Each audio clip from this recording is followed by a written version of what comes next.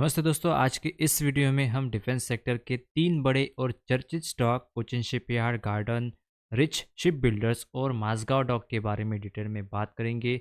अगर आप इन तीनों शेयर को कुछ समय से ट्रैक कर रहे हैं तो आपने नोटिस किया होगा कि हाल ही के दिनों में इनमें ऊपर से अच्छी खासी करेक्शन देखने को मिली है, लेकिन आज नीचे के लेवल से थोड़ी सी रिकवरी भी देखने को मिली है। ये रिकवरी छोटी ज़रूर है, लेकिन सेंटिमेंट के पर्सपेक्टिव से इम्पॉर्टेंट है, क्योंकि लगातार गिरावट के बाद स्टेबलाइज का सिग्नल मिलना भी एक पॉजिटिव सिग्नल माना जाता है। इन तीनों ही स्टॉक अपने 52 वीक हाई से लगभग 30 से 40% की गिरावट आ चुकी है। इसका मतलब यह है कि जो पहले प्रीमियम वैल्यूएशन पर मिल रहे थे, अब वो कंपैरेटिवली डिस्काउंट जोन में आ गए हैं। वैल्यूएशन के पर्सपेक्टिव से देखें तो लेवल्स पहले के मुकाबले काफ़ी रिजनेबल हो चुके हैं, लेकिन सिर्फ प्राइस गिर जाना इन्वेस्टमेंट का रीज़न नहीं होता। इसलिए हमें स्ट्रक्चर, सपोर्ट लेवल्स और अपकमिंग ट्रिगर्स को भी समझना बहुत ज़रूरी होता है। सबसे पहले कोचिन शिपयार्ड की बात करते हैं, क्योंकि मार्केट बंद होने के बाद एक बड़ी न्यूज़ सामने आई है। कंपनी ने ऑफिशियल अपडेट दिया है कि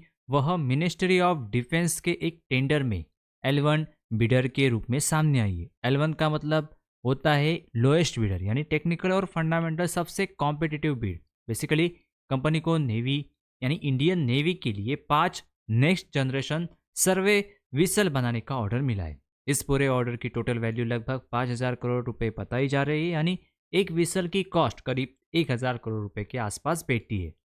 यह एक बड़ा ऑर्डर है और कंपनी की ऑर्डर बुक और फ्यूचर रेवेन्यू विजिबिलिटी के लिए क्लियरली पॉजिटिव डेवलपमेंट है। इसका इम्पैक्ट आने वाले ट्रेडिंग सेशन में देखने को मिल सकता है, लेकिन इमीडिएट रिएक्शन कैसा होगा यह मार्केट सेंटिमेंट पर भी डिपेंड करेगा।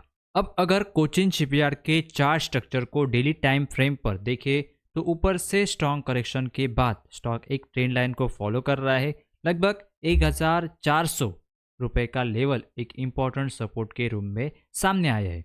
यह लेवल इसलिए अहम है क्योंकि यहाँ से पहले भी बाइंग इंटरेस्ट दिखाया था।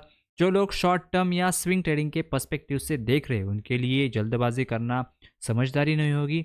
बेटर यही रहेगा कि ट्रेंड लाइन ब्रेकआउट या वेट किया जाए। अगर क्लियर ब्रेकआउट आता है और वॉल्यूम सपोर्ट करता है तो 1,974 से लेकर 2,000 रुपये तक के लेवल की तरफ मूव देखने को मिल सकता है। वही लॉन्ग टर्म इन्वेस्टर के लिए फोकस सिर्फ चार्ट पर नहीं बल्कि फंडामेंटल्स, ऑर्डर इनफ्लो और आने वाले क्वार्टर रिजल्ट पर होना चाहिए। लेकिन ये दोस्तों कोई बाय या सेल रिकमेंडेशन नहीं है। निवेश करने से पहले अपने फाइनेंशियल एडवाइजर से जरूर सलाह ली। अब माजगांव डॉक की तरफ आते हैं। यहाँ भी सिचुएशन काफी हद तक सिमिलर है। स्टॉक फिलहाल लगभग 2,300 रुपए के आसपास क्रिशियल सपोर्ट रेंज पर खड़ा है। यह लेवल इंपॉर्टेंट इसलिए है क्योंकि यह पिछले कंसोलिडेशन जोन से जुड़ा हुआ है। अगर 2,300 का लेवल टूटता है तो शॉर्ट टर्म में और वीकनेस देखने को मिल सकती है और अगला बड़ा सपोर्ट लगभग 1,900 रुपए के आसपास दिखाई देता है।